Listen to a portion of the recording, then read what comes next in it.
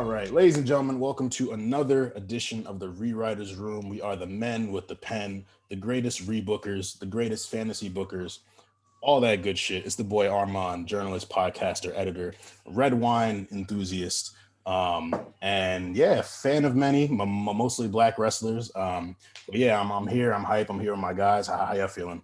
Hey, what's good? It's young old nigga CC in the building. Don't you ever pair that red with no seafood or no chicken. Make sure you pair that with the steak and red meat, Okay. just so you know. And if you don't know what that means and you listen to this podcast right now, stop everything you're doing, take a shower, and go hang around some pretty women at a bar.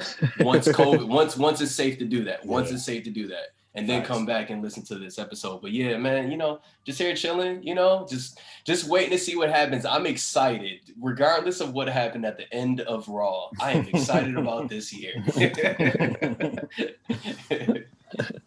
Brother Channing. What's up, y'all? It's Channing, leader of the recently dubbed Eva Marie Watch. We are small, but we are vigilant. We are incredibly vigilant, and we thought Monday was gonna be our day. Mm-hmm. We really believe, but it's all right. Yeah, all good things come to those who wait. So we're waiting patiently in the wings. Just our time is coming. I feel it. You know what was enjoyable for me to see? Like there were people outside of us that were talking about Carlito on Monday. They were like, yes, why is Carlito not here? Where is Carlito? Why is Carlito not pulled? I was like, yeah, exactly. Like he's obviously Drew's opponent. Why would you bring back Goldberg? Like Carlito is obviously the one we want to see fight Drew. But nigga, do you know? Was so prophetic. Our last episode was just so prophetic. Oh, it really was. Honestly, I don't know. We might have to call Dave Chappelle and get Negro Dominus back out here. The way niggas predicting shit, bro. Oh, I don't know. I'm Negro Dominus, so I just want to say I told y'all niggas. I told y'all niggas. That's on wax. That's on wax. So just to get into our recap of the shows, this past Raw, Legends Night, I don't really want to talk about SmackDown. SmackDown was whatever. Roman beat up KO again. Jey Uso again being annoying. We're gonna get a Big E Apollo match. Like, okay, cool, whatever. Raw Legends Night was real cool. We saw Randy Orton antagonizing everybody. Big Show, Mark Henry, Ric Flair.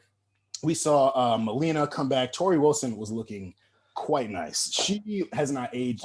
She was looking exquisite. But that milk. Yeah, man. Yeah. But I think the most exciting part was that Drew Keith Lee main event. We saw Keith Lee do a Spanish fly to Drew off the top rope. We saw Drew do a jumping neck breaker and then a crucifix sunset flip to Keith Lee. Drew obviously retained his title, Claymore kick. And then at the end, I'm not going to call it a prediction because I ain't really predict it, but I spoke it into existence. I said Drew deserves a match with Big Woo Bill Goldberg. And guess who comes out after Drew retains his title?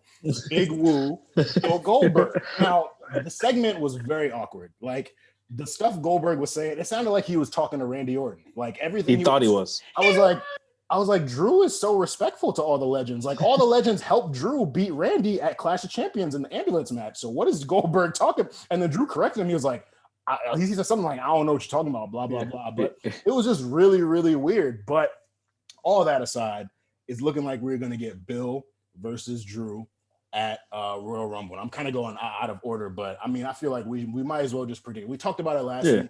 You know my feelings. I think Drew should win, but when Bill comes, you know what's happening when Bill comes back for a big pay-per-view.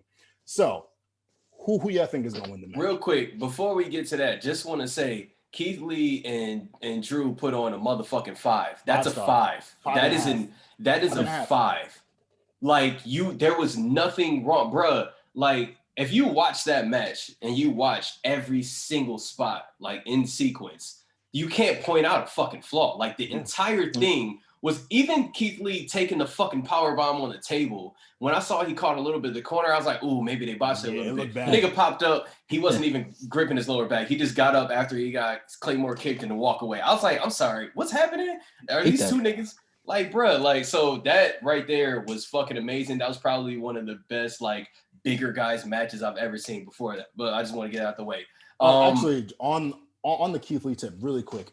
He's new to Raw. He's been on Raw since the night of the SummerSlam. It's been like 4 or 5 months. Yeah. Honestly, and this might be premature of me, I have no problem with Keith Lee winning the WWE title at some point this year. Like, I would like to see him have one more meaningful feud. Like, I liked his one-off with his couple matches with Orton, beating him at Payback. But like, you give Keith like one more meaningful feud, and then you give him that title. Like, whether he beats Drew, whether he beats Bill at some point, I don't know what happens. I think Keith Lee is ready. Personally, I say he beats Goldberg. And speaking of Goldberg, for my predictions, here's what I think. Last year, what was it? It was like February 2020. They had him win it or some shit like Goldberg that. The beats the Fiend. That was like one of the greatest moments of the year. Super Showdown. Yeah. So that happened, and like in hindsight, I understand why like some decisions were made. But right now, like Drew is like that guy. And like, not only is he that guy and like representing the brand to the point where they have him doing commercials, kicking fucking the ass of the 2020 CGI monster or whatever the fuck. But he's like, he had, and like with the smaller guys, with the bigger guys, the guys same size or like average size guys, classics, everybody. Banger after banger. To the point where like in about 2 years, we're going to have to talk about him the way we talk about Roman if he keeps this shit going. Like, we're just going to have to or whatever. So like, since he's on that path right now, like I feel like he doesn't necessarily need the title, but it would be a dickhead ass move to have Goldberg win it from him. I would prefer if Goldberg loses and then at some point later comes and fucks up an opportunity for him, whether it be him losing the title later or whatever, because it's like you don't have to sell Goldberg as a heel. We already don't like him. So like, that's an easy play. I feel like you should just go that route. So my prediction is WWE for some reason is in the right mind and Drew just retains it somehow or whatever, and Goldberg goes away for a little bit, but like maybe he comes back and fucks with him. That's my prediction. So I have two things. To your original point about Keith Lee getting the title, I agree with you. He's ready, but his only problem is a logistical one. He's on Raw right now. Yeah. The issue with that is that everyone knows that before you get your WWE title shot, you have to have a feud with either Baron Corbin or Dolph Ziggler. And he currently cannot do that because both of them are on SmackDown. And that is what's really blocking him, because everyone knows that. You got to go through Corbin before you get that title shot. Everyone knows that. But it seems like they're doing like a really slow type of heel. Like, I don't know. Maybe I'm the only one that feels that way. Like Keith has had more of an edge lately. Like his interactions with Drew last week, and like the Sheamus stuff, like it seems like he might be slow turning to that monster heel role that Braun was occupying. Because Braun's out. Two things in the match or whatever at the start and kind of like a little bit throughout before like it got to the point where they're like hitting each other with moves and then kicking out, whatever. Keith Lee wasn't just beating Drew ass. He looked mean and nasty, like or whatever. So like I think he did that intentionally, one. And then two, after the match, Drew like goes for the handshake. Keith Lee gives that nigga the fist. I was like, that seemed intentional also too. So like when you said the slow heel turn, like I'm thinking about how like he was saying like, look, Sheamus don't fuck with me or whatever. And then like he's basically saying like, look, like you said Sheamus won't fuck with me, your word is good as shit or whatever. Like he's gotten to the point where he's just telling niggas like, look, I don't fuck with you. So like he's on the path. I can see it, and I would love to see Keith Lee as a heel. That would be fire. Yeah, I could definitely see something like, it's not exactly the same thing, but something kind of like how they did with Bayley, where it's like, I was this happy-go-lucky bitch for like 2 years, and y'all was not fucking with me. And I was Keith Lee, I was grinning, I was doing everything, and then y'all still wasn't trying to give me my shot, and now I'm gonna take it. But the second point, and this is it's really the three sub-points, Keith Lee don't miss, Drew don't miss, but Bill don't show up to lose. That is true. Bill don't show up to get beat. Unless it's Brock. Unless it's Big Brock, and that's like a third time. That was one time. Yeah, one time. He's not gonna show up for no one-off to get beat. So I don't know how they're gonna finesse. Drew might keep the title. Bill might get disqualified. I could definitely see a Brock run in or a Randy run in or something along those lines, or a Fiend run in, something like that. Where the Fiend's like, nah, I got time for you now. But Bill not losing this match. I don't know how. I need Brock. I need the Brock run in. I need Brock and Fiend, because Fiend got beef with Goldberg. Brock got beef with Drew. Like that might be how you get that off. I am so crazy that I want to see a fatal four-way with that. That's how crazy I am. Insane. Man, that match would be insane. Yeah. Man, it would be funny because it would be like great mixed wrestling mixed with botches, and it would just be entertaining. Yeah, you have like 1.5 good workers in the whole match, like 1.75. You have like Drew, and then you can like put together Bray's half, and then Brock and Goldberg are like 2.25 together. But you'd have to like throw a table on Brock, somehow get Goldberg out the match. It would be crazy. But yeah, I think that somehow there's gonna be a schmoz where Drew may keep the title, but Goldberg comes out looking strong and winning, and sets up whatever they're trying to do with Goldberg. I don't believe he's coming for a one-off. Not right now. Yeah, man, it'll be really. I'm looking forward to this Royal Rumble. For me, there's a lot of uncertainty. Like they were talking about it on the A show, how usually the first person to declare for the Rumble is like pushed as the winner. Last year it was Drew. This year we got Daniel Bryan. I'm not entirely sold on Bryan winning the Rumble this year because he's such a guy who likes to put other people over. Like this is what he's called his final run of his career. Like while I would love to see him win a Rumble and love to see him face Roman or go to Raw and face whoever the champion's going to be, I'm just not entirely convinced yet, but we'll have to see how they build it up.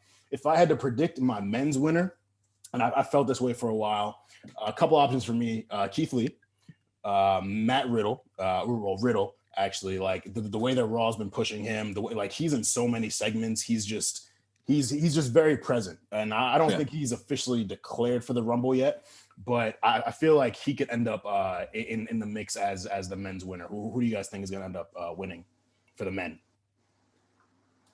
I think at 30, you get Brock Lesnar coming in and winning. I think that to me, and I think you set up just for the show off of like him showing up on Raw and looking at Roman and Drew. Like, I think Vince has that picture above his bed. Like he has that stare down photo. Like, cause you thought it was nice when like Batista came back or when like Charlotte was looking at Rhea and all three of them, but like Brock being like, I got words for both of y'all. I might fuck around, take on both of y'all in a triple threat at Mania. Like that kind of potential, I think Vince just cannot help himself. Especially now that like, oh, sorry, go ahead. No, you go. Oh no, I was gonna say, especially since Paul's with Roman now, and Paul was his mouthpiece, so Paul gave you an insight as to what the strategy and thinking was for Brock and that whole thing. Brock, without Paul, you don't know what the fuck he's gonna do, which makes him even more. So dangerous. Yeah, I would love to. Oh man, that's I'm 100%. Vince is like has that picture / set up, and he's like, yeah, this is the good shit. 100%. This is the good shit. And that's like so crazy because Brock entered that one last year, eliminated like 13 people. So it's just so poetic to bring him in at the end when everyone's tired. Like people are behind the Keith Lee train. People people feel how they feel about Riddle off of the screen, but like I'm sure Riddle's gonna put on. So like you have those two going at it. Randy Orton's going to end up in the top 4. He's always in the top 4 at the Rumble. And then whoever the last person is, it's like, damn, dog. Damn. Like, oh, yeah, damn, like we're invested. And then Brock comes. Okay, I got it. All right, so Matt Riddle, and I think Matt Riddle and Keith Lee are kind of going to cause each other's eliminations in certain ways, whatever. I think Edge is going to cost Randy the Royal Rumble. I think gotta think of the Edge return. The Edge return. That just came back to me. I think that's gonna happen. And I think there's gonna be another player in there. I mean, amongst all those people, but like Brock's gonna get rid of one of or multiple of those people or whatever. He's probably gonna dump out Edge, and he might get rid of Daniel Bryan, and then somehow he's probably gonna throw Brock's Riddle definitely throwing Riddle out. Brock and Riddle got smoked for each other. Brock hates Riddle. Yeah, but Brock is sending him to God. Like he's tossing him into the Thunderdome stands. But that was another thing about Legends Night, because I was watching it and I was like, and then when Goldberg came out, I was like, oh, okay, crazy. The next morning I woke up, I was like, hold on, Riddle was there last night. How the fuck did that go? They had to keep them separated. Goldberg was sipping that moonshine like, yo, don't bring that little pothead around me. Little hippie boy. Don't do that. I definitely think Bryan doesn't take it. I think, Randy and AJ, they're going to be there to put people over and stuff like that. Another random ass name or whatever. Like here's 2 people I think are going to win. I think it's either going to be Brock, because that's a good point. I think it's either going to be Brock or whatever, because I'm going crazy. I think it's going to be either Brock or Bobby Lashley. And I say only because I don't.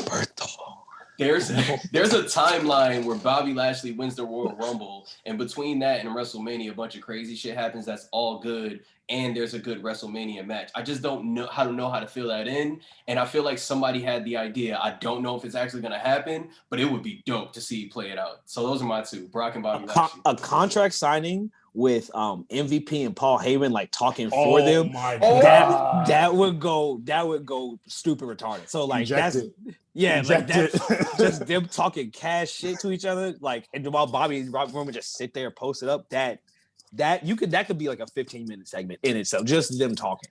Honestly, so 3 hours. Make that the whole episode of Raw. The whole show.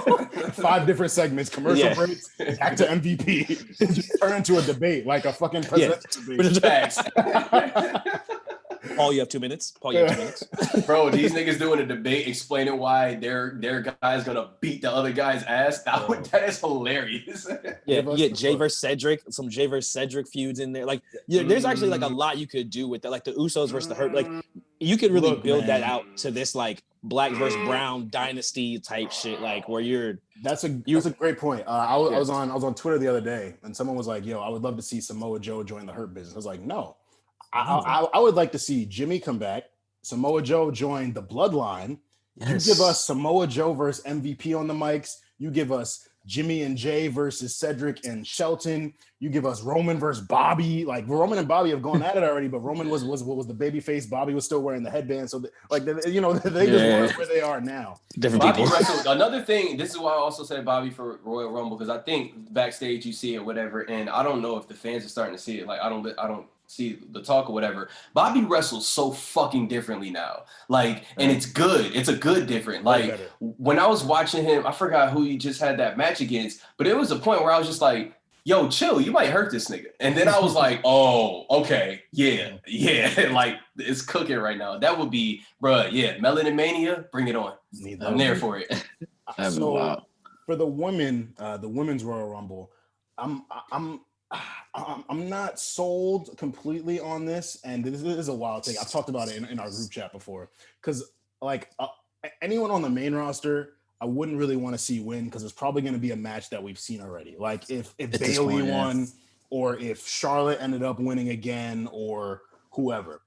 My thing is, you look at NXT, and I don't know if NXT is going to be involved because of COVID and all that. Like, they weren't involved in Survivor Series, and a lot of them have been reckless. So I don't know if Vince is going to want to play around with that. But if you look at Rhea Ripley, she's done in NXT. She's beaten everyone. She's wrestled everyone. She held the title already. She's put people over. Like, she's done. It's time for her to come up. I think with her having held the title for a short period of time and then losing it to Charlotte at Mania, only for Charlotte to not even hold it that long, and then for Io to win it, it's like you give Rhea that look by having her be the first woman on the NXT roster to come up, win the Royal Rumble, and then she decides, do I want to stay and fight Io? Do I want to fight Sasha?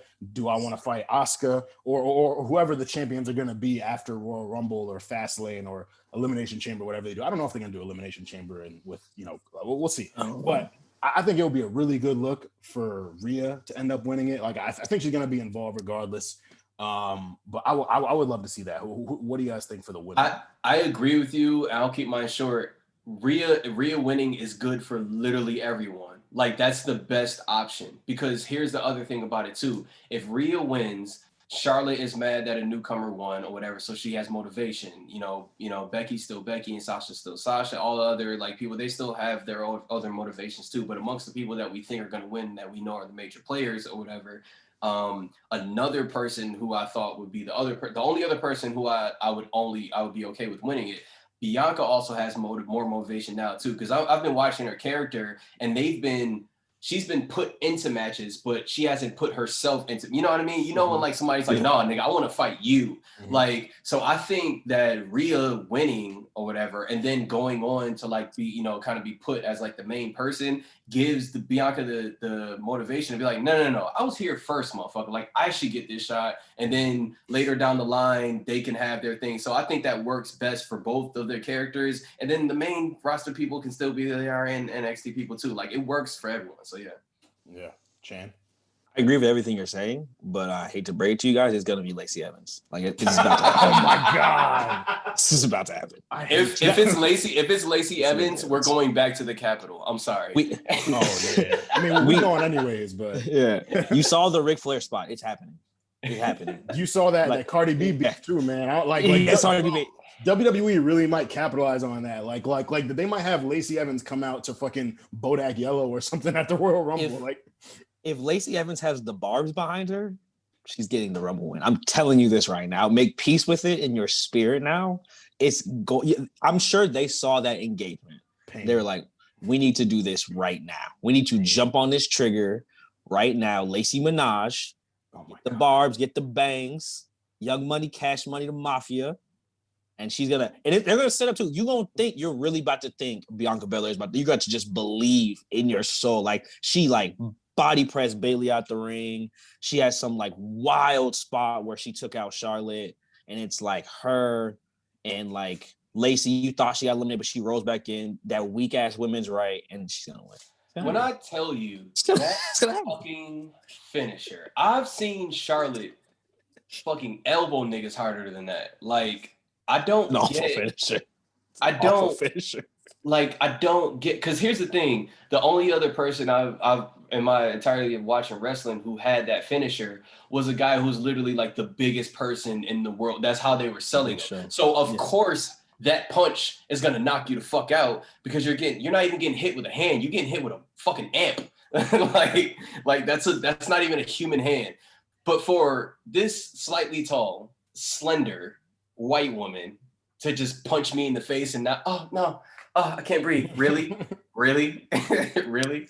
I'm just telling you what's gonna happen, man. I'm just telling you what I've seen in the cards. That's what they're about to do. But picture this though. Lacey comes in at 29. She takes out, or she's there with Bianca, whoever. Number 30, Ronda Rousey. Oh, that would be fire. Now, I'm not entirely convinced Ronda's gonna come back with COVID. Her being box office. I'm not sure what her relationship is with the WWE right now, because I thought she was coming back last year and she didn't. Right.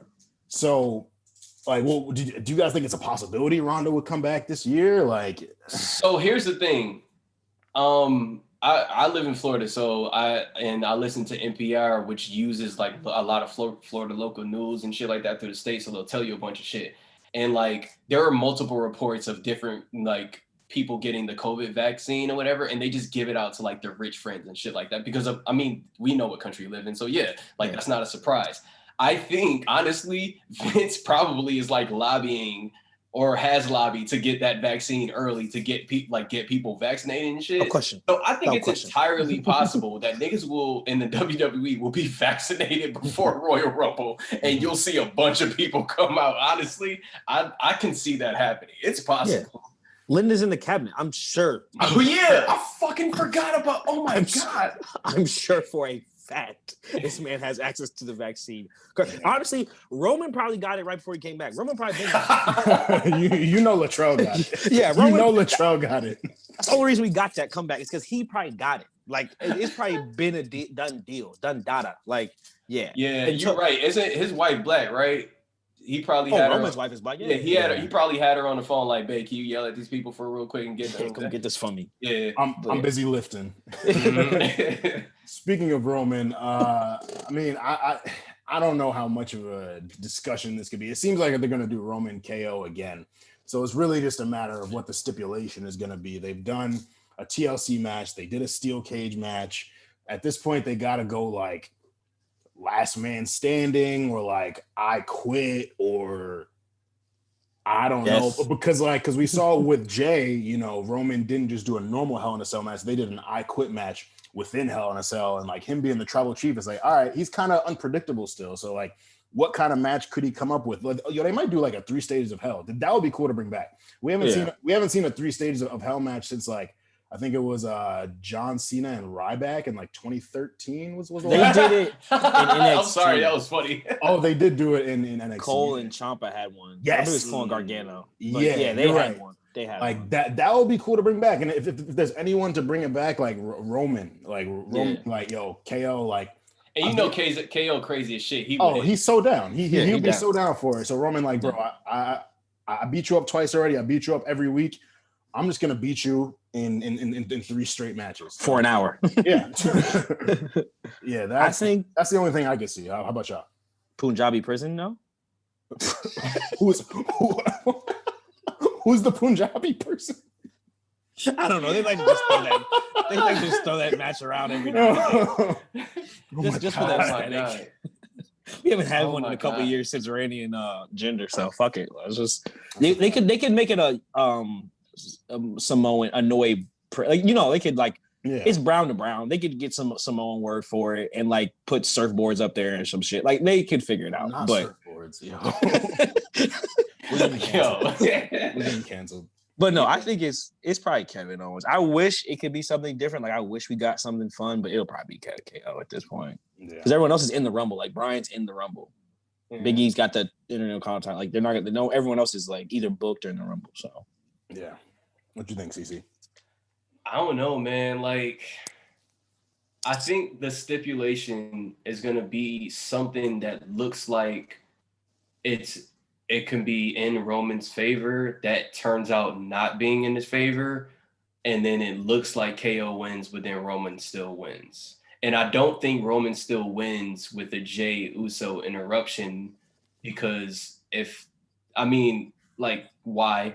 Like we see, like after the cage match, I was like, okay, like there doesn't need to be any more because this was like the best kind of like interruption that I've seen. Like he handcuffed the nigga and then like Roman came out. So I'm like, okay, like there doesn't need to be any more. Like I think what happens now is honestly like Roman, it gets to a thing where like Roman just can't be put down. Like KO gets the edge or whatever, but like some little thing happens, or like how like somebody will do like a finisher or some shit off the top rope or like through a table or some shit, and they're so fucked up that they can't get to pin them for like another 8 seconds or something like that. I think that happens, and then Roman ends up winning or whatever, and then like KO's I don't know what they're gonna do, but like yeah, I think that's what happens. I just thought about actually, and they've done this a few times with like a couple different storylines, but I could see them doing a handicap match, Roman and Jey versus KO, and KO pins Jey to win the title. Keeps Roman strong. It allows KO to get his comeuppance on Jey because Jay's been the one messing up every single match since then. And it kind of aligns with the prediction I had last episode where like Roman loses the title because of Jey, and then he pulls up to the Rumble like, nah, like I'm taking Jay's spot, or like I'm in it. No, yes, I wouldn't hate that. Yo, wait, hold on. Yes, because now, Roman and Brock go to the Rumble. Fuck yes, please. Oh my God, yes. And then Edge comes back. Like your final 6 is probably going to be Roman, Edge, Randy, Brock, Matt Riddle, and fucking Keith Lee. That's a fire final 6. Woo, with probably the final 8. Or whatever, like you throw AJ Styles and a Daniel Bryan. Oh my God, Jesus Christ! You probably get Rollins in there too. Yeah, Rollins, oh my gosh. Yeah, Rollins. He was supposed to return last week and he didn't. Last week, yeah. I don't know what happened.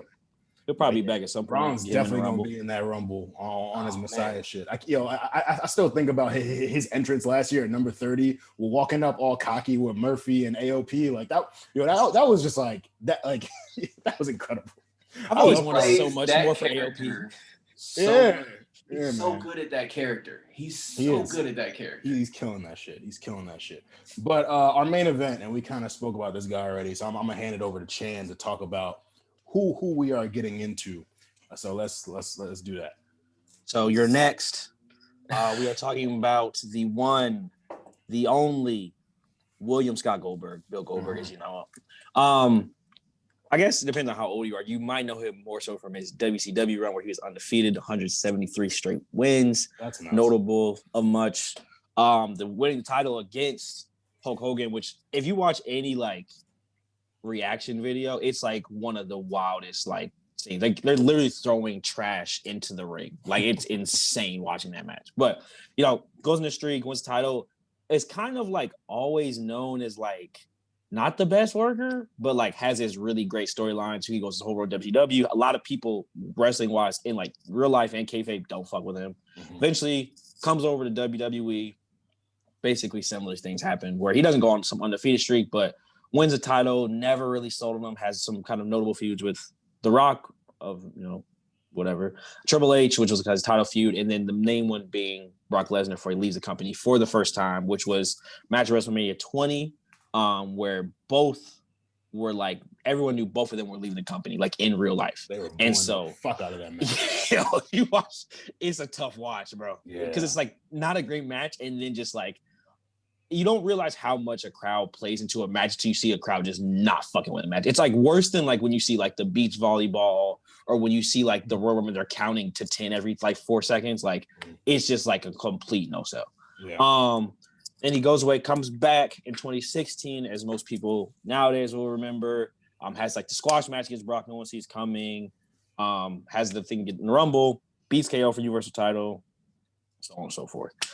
Very polarizing wrestler. Kind of personally, I like, as someone who like just kind of likes the superhero aspect of it, I have always had a soft spot for Goldberg. He's one of my like stable of boys who I've always wanted better for, like similar to like a Bobby Lashley or like a Test, my guy. Yes, sir.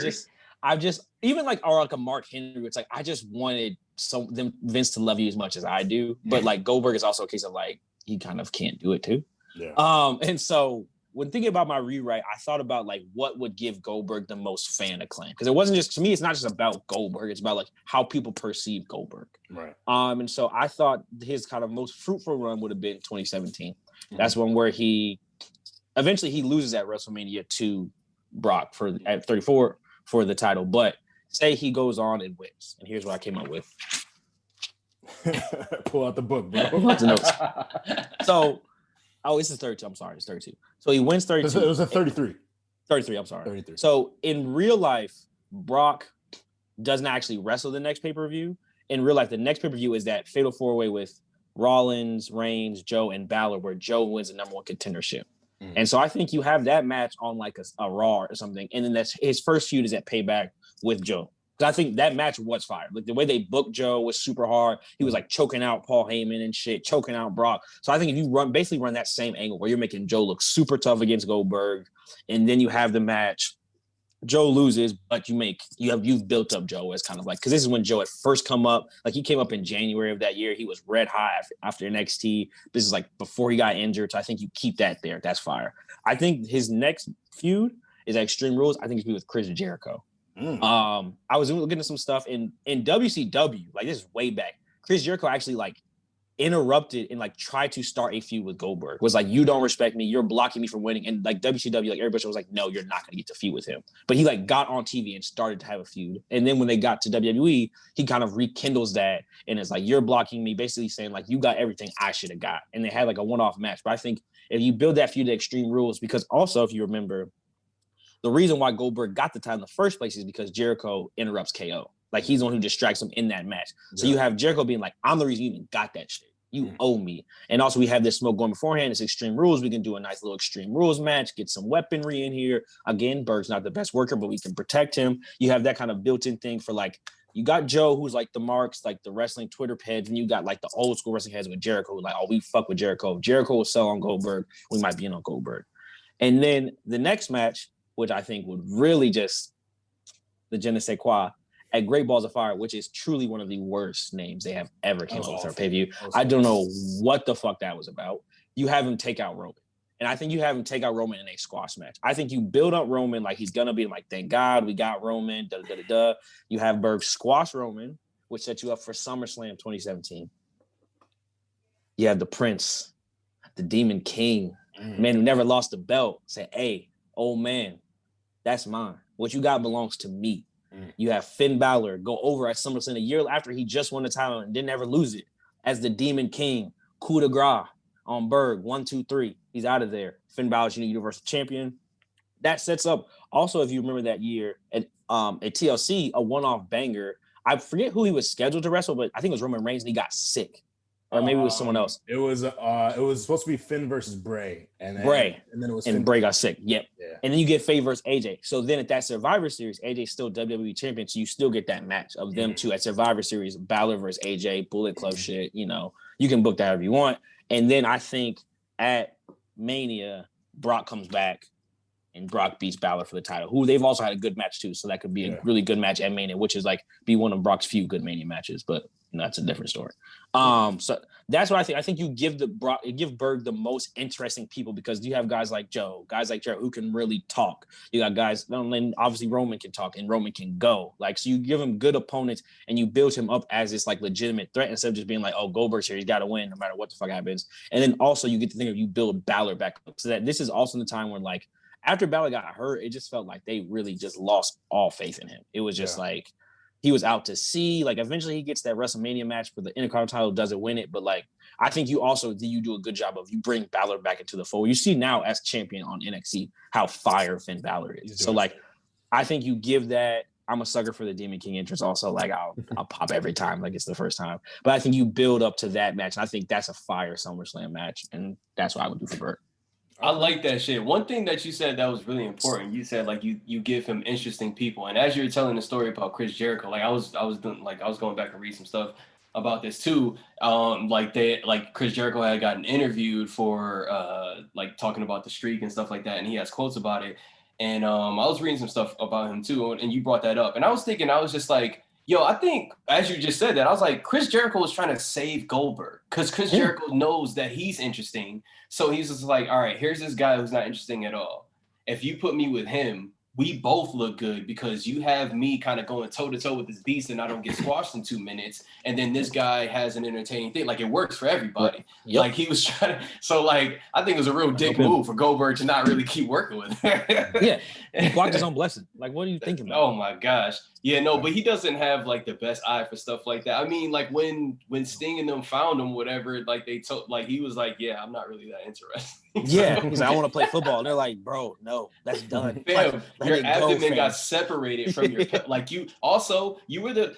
All right, I'm sorry. He was the first person to get cut by the Carolina Panthers. He was the first person to get cut. Yeah, and that was after he had to come back from playing fake Canadian football and all that stuff. Like, nah, bro.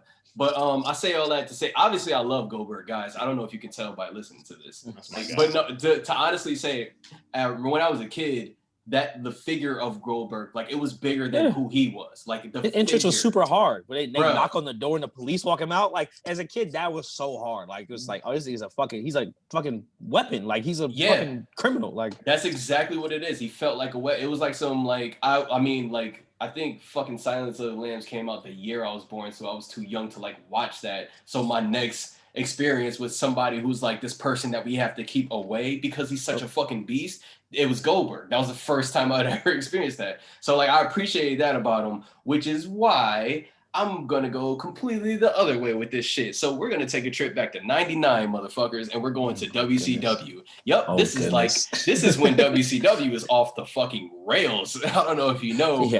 Yeah. At this time, there's like 3 different factions within NWO. Like it's super stupid. It doesn't make any sense. There's the red, white one. Like why? Like there's a Hollywood, there's the elite. Like it's just like what the fuck. Okay, but here's my thing, right? So like here's a funny thing. So like I don't know if you. I mean, this is pretty infamous for all wrestling fans, and there's like gifs and shit of this or whatever. But when Goldberg had beef with, like as anyone does, because NWO was half the company at that point. He had beef with NWO or whatever, but like as you know, like they kept reforming and shit like that. So like they had reformed like kind of in like December or whatever, and then like right before Christmas, Goldberg does the infamous I'm just gonna put my hand through glass or whatever because nothing's gonna happen, and then he cuts his artery and almost loses his entire fucking arm or whatever. But my thing is like he went away on injury with that. Because WCW is so crazy or whatever, this is completely within logic for them. Goldberg comes back or whatever, you know, he comes back or whatever. He has like, he's walking out to the ring or whatever. And this time, like he's walking out to the ring with just like, you know, like a little t-shirt on, like a gray t-shirt or something like that, whatever, blah, blah. He comes out, he's about to have a match or whatever with somebody, like you give him somebody like random, whatever. And he has the match or whatever, like things are happening and NWO comes and interrupts as they do or whatever, start beating everybody ass or whatever. And they try to start whooping on Goldberg or whatever, but like Goldberg whoops like a couple of like the guys that they had like on the lower parts of the roster. And then like the guys who are on the main roster kind of get like a little scared back away or whatever. But then they come in the ring and then like Goldberg just start kind of beating their ass too or whatever. And then after that, like it just goes away for like, you know, maybe a week or two, and they're just like NWO is like really trying to like come fuck with him, right? So then they try to come fuck with him. And I don't know if you guys know this, like NWO would kick people out for the dumbest fucking reasons. And they would also bring people in for the dumbest fucking reasons. So at some point they all go out there or whatever, right? And I think at this point it's like Hart Hall, Nash is still there too, and like a couple other Jeff people, Jarrett. whatever. And Jeff fucking Jarrett. So this is what you do or whatever. You have them come back out or whatever, and they say they just want to talk to Goldberg or whatever. And then at that moment or whatever, Jeff Jarrett and Bret Hart kick out Hall and Nash and replace him with Goldberg. Goldberg is now part of the NWO. Their reasoning is that Hall and Nash are big guys, but fucking Goldberg is the biggest guy. Why have two big useless guys if we can just have one amazing big guy or whatever? So they get rid of him. But here's the caveat to that. Goldberg is a loner. So what Goldberg ends up doing is Goldberg goes through and starts beating the ass of everybody in NWO and kicking people out of the NWO so that it's a singular one-person faction. I am the New World Order. Exactly. And that because he's not interesting. So like the only way to make him interesting is have him beat people ass in an interesting way. So yeah, you just make him part, like you make him be the, you know, the head of the NWO. He still has his whole shit with Russo. And then as like when he like leaves or whatever, like fake leaves, but like actually leave, that's when NWO ends. you know what's crazy is that like that's not actually, well, two things. One, I implore any of you to watch any WCW from like 1998 to like 2001. Pure cocaine. Like just I don't know where they got their shit from. Like it is straight drop, nigga. Truly some of the most insane like storytelling you'll ever see. But secondly, like I wanted something like that because I remember, I think it was WrestleMania, the one in New Orleans where Braun brought that little fucking kid up there to be the Raw tag team title. Oh my! I think that's the 34. It's the one in New Orleans. 34.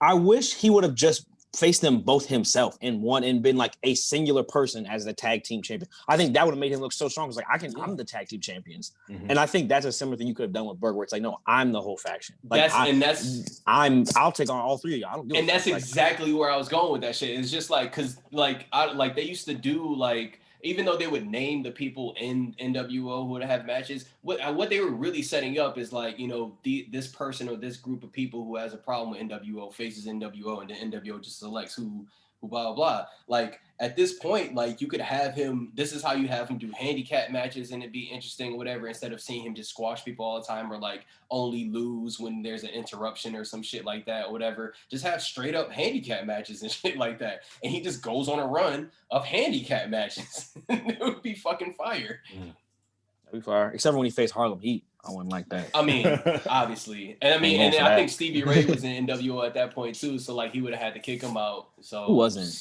NWO is like the Bullet Club. Like who's not in it? Like man, when I went over and looked at the list of people who were in there at that time, I was like, the fact that you guys can separate it out by main roster and like mid card and shit like that lets you know there's too many people. Why is that a thing? It's like it's basically like, and we could get off this, but like WCW that era is like when people talk about like, oh, they should just let the fans book it. Like this happens, you just let the wrestlers book it. When it's like, no, this is what happens. Like you guys don't give Triple H enough credit for what he does in NXT, like because it could be way worse. It could be way crazier. That's facts. I'm gonna go a very, very more recent storyline. So as we know, what we were supposed to get WrestleMania 36 this past year was Roman versus Goldberg. It's a match that we still want. We're looking towards it. Now, Roman, as much as we love him, as much as Vince has tried to push him as the face of WWE, Roman loses a lot. And Roman loses at big pay-per-views a lot, too. And he does. And it was looking like we all thought it was going to be Roman versus Fiend, and then Goldberg nerfed the Fiend at Super Showdown. So we were booked to have Roman versus Goldberg. And everyone thought Roman was going to go over because they were really building him up as a face. Like Roman was super over, like throughout that Corbin. Even if the Corbin feud was annoying, like Roman was super. We were like, yo, just get out of that. Like you deserve more, do more. Now you build Roman up as this lovable baby face. You bring him to Goldberg. They go to Mania, WrestleMania 36, Spear versus Spear. Roman loses like similarly to how he lost to Brock at WrestleMania 34, where Brock whooped Roman's like ass. 6 F5s, bro. He's bleeding. Brock beat his ass. So kind of do something similar where Roman takes a bunch of spears, takes a jackhammer, and he loses. And this accelerates Roman's heel turn. This is because Roman went away and came back as the heel, and that was cool. But having Roman lose and it motivate his heel turn is even better for me. And then later on, you can return to that Goldberg Roman feud. Now Goldberg on SmackDown means there's Braun. Braun was a face, so you would have to turn Braun. Well, I guess since Roman was babyface and Goldberg will kind of be the heel in that match, you can keep Braun as a babyface. But babyface Braun versus Goldberg, that'd be whack. He gotta be a heel. There's Corbin. There's Brian. Miz and Morrison. There's Miz. There's a lot of people that Goldberg could squash as champion. So yeah, I mean, I think Goldberg's first opponent. I would do the Braun match and just let Goldberg wash him at the next pay-per-view was Money in the Bank. So you could have Goldberg wash Braun at Money in the Bank. You could run that back a couple times. You could use that to turn Braun heel as well. Like Braun, man, what? Who is this old dude? Blah, blah, blah, whatever, all that. You got Morrison flipping around the ring. Goldberg I'm not doing all that. I'm is cooking Goldberg on the mic for 4 weeks in a row. And then Goldberg beating him too. But Dolph Ziggler, anyone? They had that match. There's Dolph. There's Dolph. You could do that. You could bring Kofi back. You could bring Kofi. Ooh, that would be good. Kofi going for the title as well. There's a lot of dance partners on SmackDown that Goldberg could go at. And yeah, I mean, you could flip people either way. I wouldn't want the title on him that long in 2020. And this is assuming, COVID and the COVID era and the PC doesn't happen. Like we still have crowds. Like Goldberg versus Kofi with a crowd, like people getting behind Kofi, all that, that would be cool. Miz, that would be cool. Morrison, that would be cool. Even assuming Otis still wins Money in the Bank. You've lost me. You've lost me. No, listen. Absolutely not. While I watch Otis versus Goldberg. I'm not saying he successfully cashes in, but he pulls up after a match Goldberg has with the Miz, tries to cash in. Goldberg just looks at him like, what? Spears him, jackhammer. Wins, Otis loses his briefcase. I wouldn't want that because you know how I feel about Otis. That's my guy. But it's just you ultimately want to have this is what they bring Bill back for. Bill spoils things. Bill spoiled the Fiend's run. Bill spoiled Survivor Series for Brock. Bill spoiled that Undertaker match. Almost killed him. But Bill spoiled SummerSlam for Dolph Ziggler. So there's a lot of people who were behind Otis at first. And then they were kind of he's barely on TV. He's not really, he don't be showing off the briefcase like that. He's not a believable Money in the Bank winner. So who better to get the briefcase off of him than the actual champion at the time? You try to have him cash in, then you have Bill spear the fuck out of him and he loses the briefcase. But yeah, I think there'll be a lot of opportunity. And honestly, the most interesting part for me, like I said at the beginning, is Bill beating Roman after Roman pulls up I'm next. And then Roman's you know what? Fuck this shit. I'm about to just turn to the tribal chief. So that's more of an interesting storyline for me than the actual matches that Goldberg would have with everybody else. But even as a guy who likes Braun, I would love to see Goldberg squash Braun. I would love to see Goldberg destroy the Miz because you know how I feel. Ooh, he faced Jeff Hardy too. A nice Extreme Rules. That Extreme Rules. He have a nice little ladder match where Jeff Hardy kills himself for Goldberg. Yeah, so there's a lot of opportunity with the guys and we know who came up to SmackDown around when was that? That was it was before SummerSlam. Riddle, Matthew. I don't know if Goldberg would have wanted to do it, but if Goldberg knew that he was going to squash Riddle, he would absolutely jump in that ring with him. So that young man. So here's the thing. Speaking of that, what you just said, now I see it. I think Drew keeps the title now somehow or whatever, or maybe he doesn't or whatever. But here's what I want to see. I want to see him keep the title, and I want to see Goldberg also pull up at the Royal Rumble. I want to see Goldberg, Brock Lesnar, Edge come back, make it as fucking I just want to see everything happen. I just want to see all of it at bring once. Back Taker at that point. Just bring back Taker. Because here's the thing. During that, I think it's the Ruthless Aggression era or whatever, there was so much talent. The famous video of all the wrestlers running out the back and then beating each other ass or whatever, and then the next one comes. every one of those niggas was like a Hall of Famer, bro. Like, and then if you go back and watch some of the pay-per-views and Royal Rumbles and shit, it's just like, oh, all these niggas is like Hall of Fame, like, you know, or like half or whatever. So I'm like, oh, let's just do that again. I haven't felt like I've watched a Royal Rumble and like seen at least 8 people where I was just like, oh, like, I don't know, what, like one of these 8, I'm always like, no, it's gonna be one of these 3. Like, I already know. So that would be interesting. Yeah.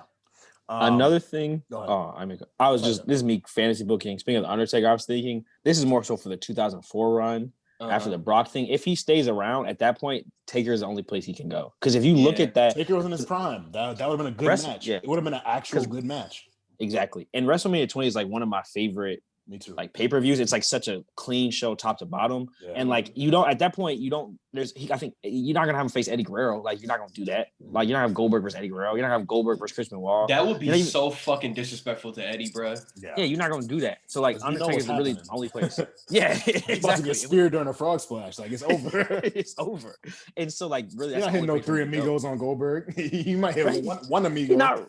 He's not wrestling that long. Between the entrances between Goldberg and then the Lambo will be longer than the actual match. I promise you that. Armon, I'm tapping into your Negrodamus. I'm tapping into it. Let's hear it. This is what's gonna happen. When Montez gets a single run, Randy is still gonna be there. They're gonna have a match. He's gonna get Randy on the ground, go for the frog splash. Randy's gonna fucking RKO him out the air. That shit is gonna be, and you 100%. Know how high that nigga gets. Yeah. He'll sell it too. Amazing. Like sell it. People thought when Randy RKO'd the white dude Bourne, Jason Bourne on that flip, Evan Bourne when he did the shooting star press, people thought that was fire. When Randy Orton jumps up and RKO's Montez, and hey, look, black excellence. Like I want the best from Montez, but I love a good RKO. Yeah, and I love a good sell, and Montez can fucking he's selling. He's selling the fuck out of that. Like, come on. Yeah, no. It'll be a good time up until Goldberg comes back and beats Montez for it at WrestleMania 40. Also, another quick thing I just want to say, I don't know if you guys noticed, but we all had 3 different stories, but all of them had the same thing, wherein like we had to make the story good and not the matches. We weren't even talking about the actual matches. Yeah, we're the rewriters. Story. Not retrainers. I can't retrain him. Like I can't make him a better wrestler. Goldberg's gonna do his little kick. He's gonna do a spear. He's gonna do another spear. He might do one more spear, and then he's gonna do a jackhammer. Like, bro, go and watch his first televised match. You know the spot the wrestlers used to love in the 90s where, you know, they grab the one guy's hand, put it behind the back, and they keep reversing. Bro, they did that for a little bit, and then he goes to, like, pull his arm outward and do that twisty thing or whatever, fucking loses grip, bro. I was like, how do you fuck that up? You just hold him. Don't even... When they horse tasered that man on national TV? Oh, shit, I forgot about that. I was like, oh, this has gone off the rails now. This is lost all thread. The thread is gone. They tasered him, and then they were like, that's not enough. Let's have a taser match. Yes. These big-ass cattle prods. Yes. Nah, but I'll say I like Caesar. Well, no, all of us. We all love Goldberg. Like Goldberg was my guy. Like I remember SmackDown, Here Comes the Pain. He was ranked 90. Like people would always pick Brock. Brock was like ranked a 91, super talented. You take Goldberg, I'm watching Brock. Yeah. And I remember Goldberg. I'll never forget that he had an iconic segment with Brock at Survivor Series where they were both champions, and like he pulls up, he's like, "What's up, champ?" Blah blah blah. He like scares Brock, and then at the Rumble, Goldberg doesn't have the title anymore. Brock beat Hardcore Holly. They're interviewing Goldberg like, "Oh, you're number 30," and then Brock pulls up like, "Number 30, man? Like I just beat Hardcore Holly. What are you talking about?" And then Brock comes out, interrupts the Rumble. Like I was like, "Yo." Like Goldberg gonna whoop your ass, Brock. Like you wilding, like you barking up the wrong tree, dog. And then at Mania, he whoops his ass.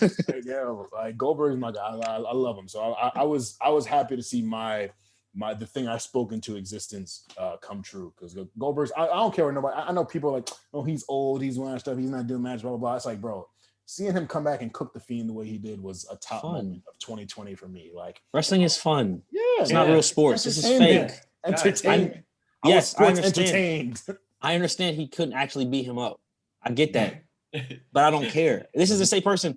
I thought I liked watching Bray Wyatt fake kill himself on TV. I understand this is fake. I don't give a fuck. I don't care. I want to see the most fun shit. Like I don't need to see. If I want, I could watch UFC if I wanted to. I don't want to see that. Yeah. I don't want to see all that. Yeah. But yeah, man. So I love Goldberg. I can't say it enough. Goldberg is cool. Like, and as much as I love Drew, I'm very high on Drew. And I would love to see Drew win. But if Goldberg does some crazy shit and squashes him, I mean, hey man, it's the game. Yo, what if he surprises us and actually wrestles good? I'm gonna have to shut up. If Drew have like a 15 to 20 minute classic, look, man. You get that Brock level match at Mania where they're like just doing other shit. Look. All right, hold on. He could give you that. That is one of the greatest WrestleMania matches of all time. Brock versus Goldberg at WrestleMania 33 is one of the. I don't care what anybody says. That's one of the greatest WrestleMania matches of all time. When Brock leapfrogged that spear. That was impressive. That was athletic. Goldberg spear Brock through the barricade, bro. That's one of. I don't care. That's one of the greatest WrestleMania matches of all time. That is one thing I'll say. People do front on Brock like this man is not lethal. Like people like because you hate him, you like sleep on the fact like, oh, Brock Lesnar like low, not even like high key is probably like one of America's top 20 best athletes. Like if we tried to fight some aliens, like you obviously pick like LeBron, but like Brock Lesnar's on that list. You're like, okay, I need some beef. People were just tired of Brock because he was winning all the time. Yeah. Also, he had the title for like 500 days. Like that's it. Brock never fell off in the ring. Like he's always been great in the ring. To that point, low key or whatever. If you go back and watch his matches or whatever with people he likes, Brock really, really knows how to make somebody look good. Fucking AJ match, man. AJ, Drew, Finn, Finn. The one shit with Ray too, right? Then he had Ray. He faced both of them that double 619. Yes, that match is amazing. Even the Rumble where like you see him like when you saw like Shelton Benjamin coming there, it's like, oh, they about to get to it, or like the spot where he's like Keith Lee comes out, he's like, who the fuck is that? He let Keith Lee cook for a minute. Yeah, he did. Oh, another thing is on top of that, I was like outside of the ring, he also sells or whatever because Brock Lesnar is supposed to be a monster. After Drew Claymore kicked him or whatever, like it was like another like 5 minutes before Brock even stood up. Like, and that means something. Like, so yeah. He fucks you yourself. But if you're Dean Ambrose, he don't fuck with you. Hate that for you guys. That for you, my guy. You're getting destroyed. You getting F5. Hate that for you, my guy. And yeah, people not even gonna remember that y'all had that match. Like, no one talks about that Brock Dean match, like, because it wasn't awful. It wasn't interesting. Awful match. Brock was no selling everything. It was awful. But ladies and gentlemen, we want to thank y'all for rocking with us for our first season of the Rewriters Room. This has been an enjoyable time. It's kind of weird to end a season as we start a new year, but I promise you, we're gonna be back real soon with new guests, new storylines, new concepts. More talk about Test, more pointing out of some crazy storylines that might be a little and just more crazy fantasy booking. Guys, if you guys had to say what your favorite episode of this season was for you personally, what would it be? I really liked the one we recently did, the Edge one was interesting, but I'd say the draft one. Because like I just remember that time so like fondly, like growing up, like with wrestling. And so it's just fun to go back and look at the roster. Oh, like, like Brock really just came out here and like Cena was just like, just remembering that time was just like, obviously anything when you're a kid just seems better. But just like remembering like, wrestling was just like you're saying every week, like you could get just a casual, like Chris Benoit, Triple H, SmackDown main event, just casually, just for nothing. Like, and it was just like, that era was just so great. Yeah. CC? Honestly, I'm going to say this is really weird. I'm going to say this one. And this is why, because I feel like there's a lot of things being set up with our fantasy booking, and our fantasy booking is like this episode. Here's the thing. We've gotten better at our fantasy booking this entire thing, right? Or whatever. And we always do. But we're getting to scary levels right now. And I think what we're about to start doing is what the Simpsons have done. Because I don't know if you guys checked. They just found out, too, that they predicted yesterday on the Simpsons, basically. And they were off by like 15 days, I think, only. They predicted the exact year, exact month. But they were only off by like 15 days. So I think we're about to become the Simpsons. So this episode... And probably a little bit last episode, because Armon, you were Negro Damas or whatever. And honestly, I think at least 4 of the things that we said in this episode are going to happen. I don't know which of them they're going to be, but it's going to be that. So, yeah. Yeah. I would say my personal favorite is the first one, the Brock episode, just because like that was what kind of really influenced me to want to like take the fantasy booking we do in the group chat, like, and make it into a show. Because I was thinking of like our concept this entire time, like, well, before we started, like, well, what are we gonna do? And I just always thought Brock leaving in 2004, like Brock could have had a crazy run after that, the Brock Batista match. So that's just that being the thing we opened the show with. And then I really enjoyed the Undertaker episode with Chan booking Bobby Lashley, you with the crazy Triple H match. I had to do it. So it's definitely a tie for me. But yeah, it's been really, really fun booking and rebooking and fantasy booking for y'all. We will be back very, very soon. We want to thank the A Show Network for hosting us. We want to thank J5 Meals and Caleb for pulling up. Next year, we're bringing next season, we're bringing Cyrus. Next season, we're going to bring Dion. We might, you don't know who we're going to bring. You don't know what we're going to do, but the rewriters are nuts. Until then, make sure y'all tap into the A Show, War Report, Spot Callers, G Show, The Lookout, Black Variant. Check out RNC Cooks on social media. Check out RSPN. Drink water, wear your mask, brush your teeth, floss, drink some red wine. I need to get a refill actually. But yeah, shout out to y'all for staying with us, and we will be back very, very soon. Thank y'all. Steve.